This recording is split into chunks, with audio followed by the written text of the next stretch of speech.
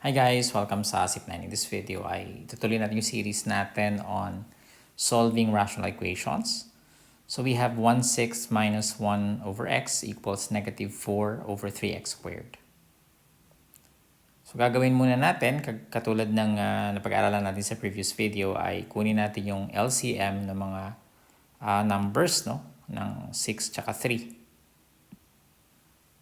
Bakit hindi kasama yung 2? Kasi exponent yung 2, no? So hindi siya kasama. So ang LCM ng 6 and 3 ay, I guess obvious siya na 6, no? So pag nag-list kayo ng multiples ng 3, we have 3, 6, 9. Pag nag-list kayo ng multiples ng 6, we have 6, 12, 18. So yung una nilang common ay yung 6. So that's LCM by listing.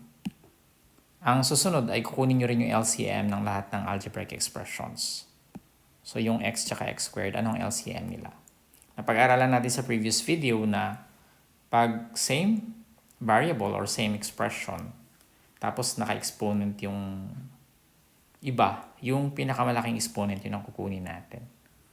So ang LCM ng x tsaka x squared ay x squared.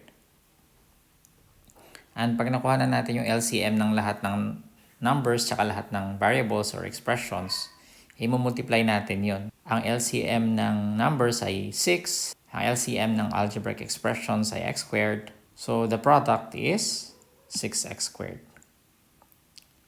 So ang 6x squared, yan yung LCD ng rational equation natin. Na pag nakuha na natin yung LCD, multiply natin yung LCD by the expressions on both sides of the equation. So magiging 6x squared times 1/6 minus 1 over x is equal to 6x squared times negative 4 over 3x squared.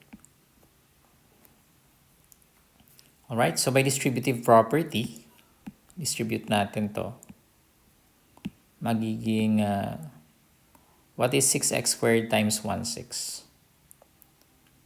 6x squared times 1/6. So 6x squared times 1/6. Para magkaroon ito ng denominator, lagyan natin ng 1. We multiply this and we multiply this. This becomes 6x squared over 6. Okay, ito siya. Right. Alright. Using the same method, we have 6x squared over x. Tapos ito, we can cancel na yung x squared, no? Pag nag-cancel tayo, wag natin kalimutan yung 1 kung pareho yung expression na kina-cancel natin o pareho yung number, no? So x squared tsaka x squared, lalagyan natin siya ng 1.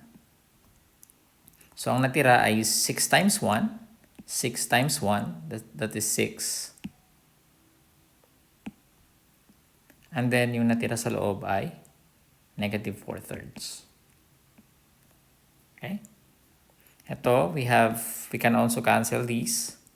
Again, lalagyan natin ng 1. We can also cancel an x squared. Ang x squared ay x times x. So may matitira pa tayong isang x. Pero ito, matitira dyan 1. And then yung 6 at saka 3, pareho bang 1? Hindi, no? Kasi we divide by 3. 3 divided by 3 is 1. 6 divided by 3 is 2. Okay, so this is 1 times x squared divided by 1 is just x squared. And then minus 6 times x divided by 1. This is just 6x. And then this is equal to 2 times negative 4.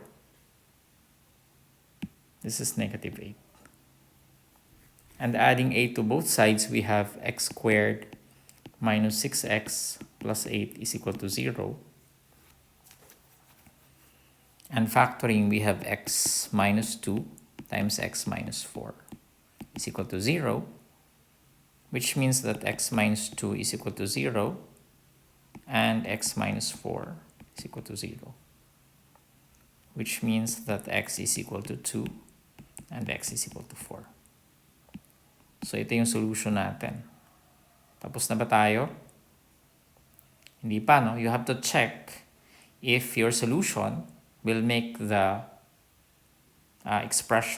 will make any of the expression undefined, no? So, pag sinubstitute ko ba yung 2 dito, magiging undefined ba siya? Hindi. Magiging undefined lang siya pag maging 0 yung denominator, di ba? Pag sinubstitute ko ba yung 2 dito, magiging undefined? Hindi rin. What about yung 4? Magiging undefined ba yan pag naging 4 yan? Magiging undefined ba yan pag 4 squared? Hindi rin, no? So, meaning, x equals 2 and x equals 4 are solutions. Pag nagiging undefined yung denominator, ang tawag natin doon ay extraneous solution. So, hindi siya pwede pag naging undefined. Pag-aaralan natin yan later. Alright, so sana nag-enjoy kayo dito sa ating tutorial. No? In the next video, we will have more examples on solving rational equations. See you in the next tutorial.